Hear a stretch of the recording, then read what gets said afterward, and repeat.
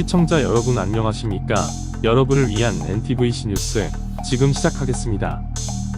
한국에게 중국의 패배에 베팅하는 이들이 반드시 후회한다라며 내정 간섭을 시도하던 중국이 갑자기 입장을 바꿔 놀라움을 자아내고 있습니다. 중국 정부가 통제하며 한국을 비난하던 중국 언론들이 갑작스레 한국의 우호적인 기사를 잇따라 보도하고 있기 때문입니다. 중국이 이렇게 갑자기 한국에 우호적으로 나와야 하는 이유, NTVC 뉴스와 함께 알아보겠습니다. 현재 바이두에서 한국을 검색하면 기존과 달리 우호적인 기사들이 제일면에 표시됩니다. 갑자기 달라진 중국의 스탠스는 바로 하루 사이에 달라진 중국 정부의 입장 때문인데요. 일본이 주변 국가들의 반대에도 불구하고 후쿠시마 오염수 방류를 강행하려 하자 중국이 다급해졌기 때문입니다. 특히 특유의 오만한 태도로 미국은 물론 유럽, 아시아 등지의 강대국과 마찰을 일으키며 외교적으로 고립된 상황이라 문제는 더 심각합니다.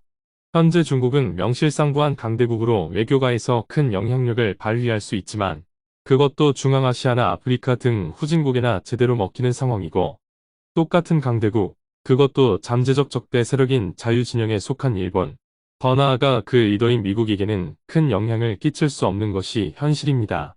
때문에 중국처럼 일본의 오염수를 극렬히 반대하는 입장이자 자유진영 내부에서 일본과 미국에 영향을 끼칠 수 있는 강대국인 한국과의 연계가 절실합니다.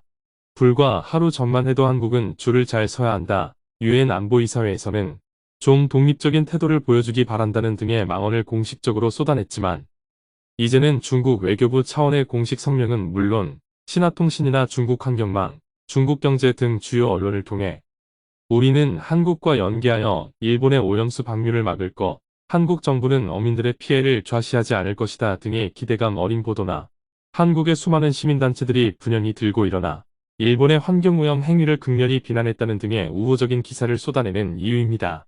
현재 중국은 공격적인 외교, 소위 말하는 전랑외교를 통해 자기들 내부의 여러가지 문제를 덮으려고 노력 중인데 이는 다른 나라에 오만하기까지 하는 태도를 보이며 그 옛날 중화제국의 향수를 불러일으키며 자국민의 불만을 억누르는 방식입니다.